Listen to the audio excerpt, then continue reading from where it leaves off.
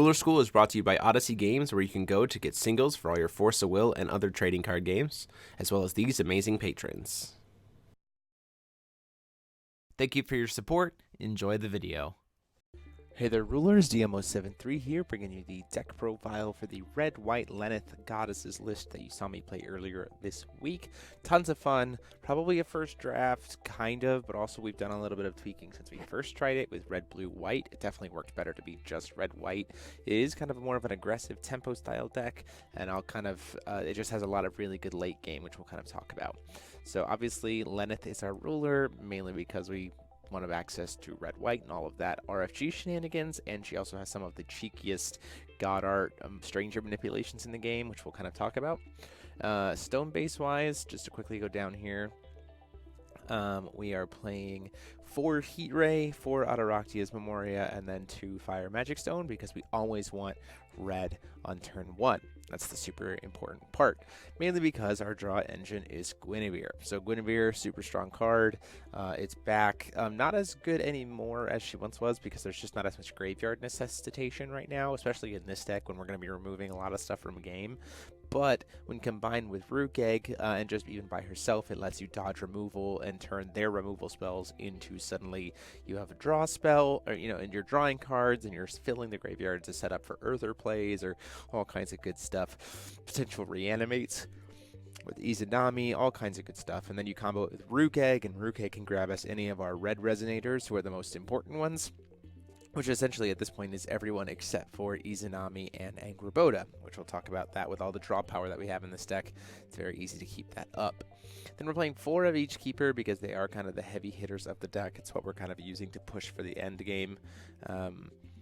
So just playing a full play set of each.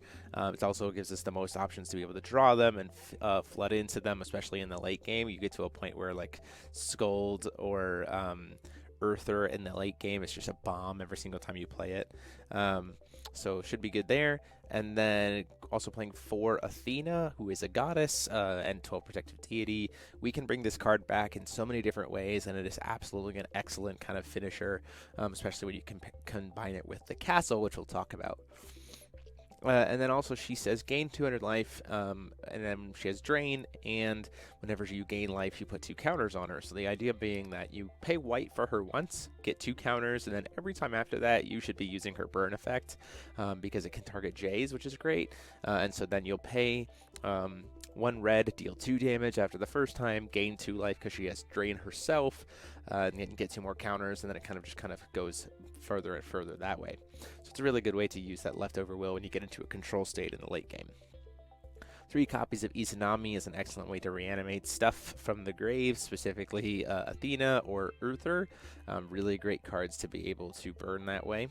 And then 2 Angrboda. The reason why we're playing this is because some addition hate is necessary right now. It's a super solid J-Ruler kill card, and there's some cheekiness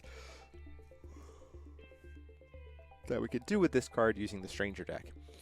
4 copies of Belisarius as well, also just a really great pressure body in the late game. It's very easy to get 7 cards removed from the game with this deck, so then he's suddenly a 2-drop 10-10 that gets you a bunch of stuff, but also sets it up really nicely for Skuld or Uther to burn things. 2 copies of Memory of Disappearance just essentially become 2 copies of anything we need in the grave, or in the RFG. Sometimes you just get what you need with this card for lethal on the turn, and it's tons of value.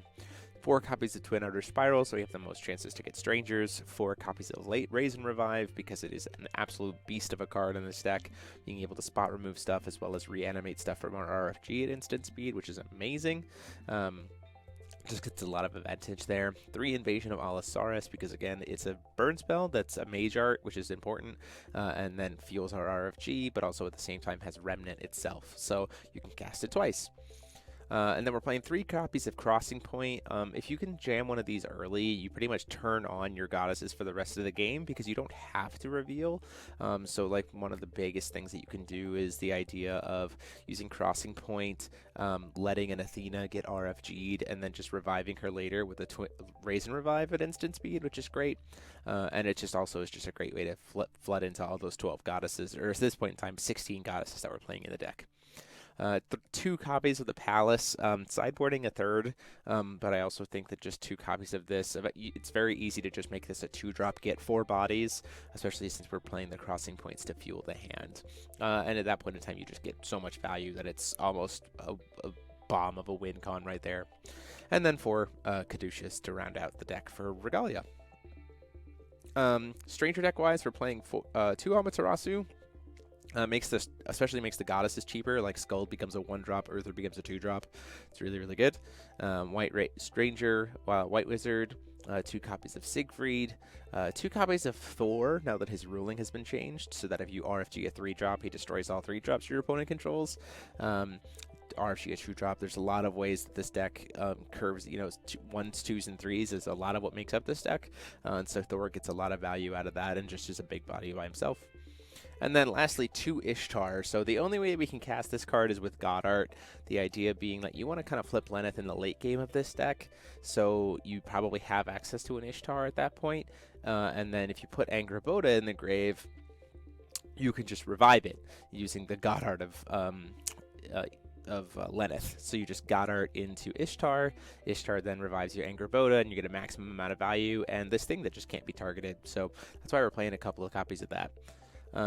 Sideboard, real quick, just a couple of Orochis if we get into a Control Mirror, Dark Alice for some additional draw power, Regalia Break against Regalia decks, Light of the Sacred Spirit as a removal spell that's great, and then Seal of Lenneth just to spot remove stuff if we get into kind of some back and forths. And Dark Alice and Seal of Lenneth combo really nicely together for like permanent remove from game, which is really cute. So that is the deck. Let me know what you guys think in the comment sections down below. Hope you guys like this. Lenneth has a lot of versatility, a lot of different ways you can build her, and this was a ton of fun to try out. And also just bust out the keepers again. But let us know what you guys have been tinkering with Lenneth, and we'll see you guys next time. So until then, this is DMO73 saying class dismissed.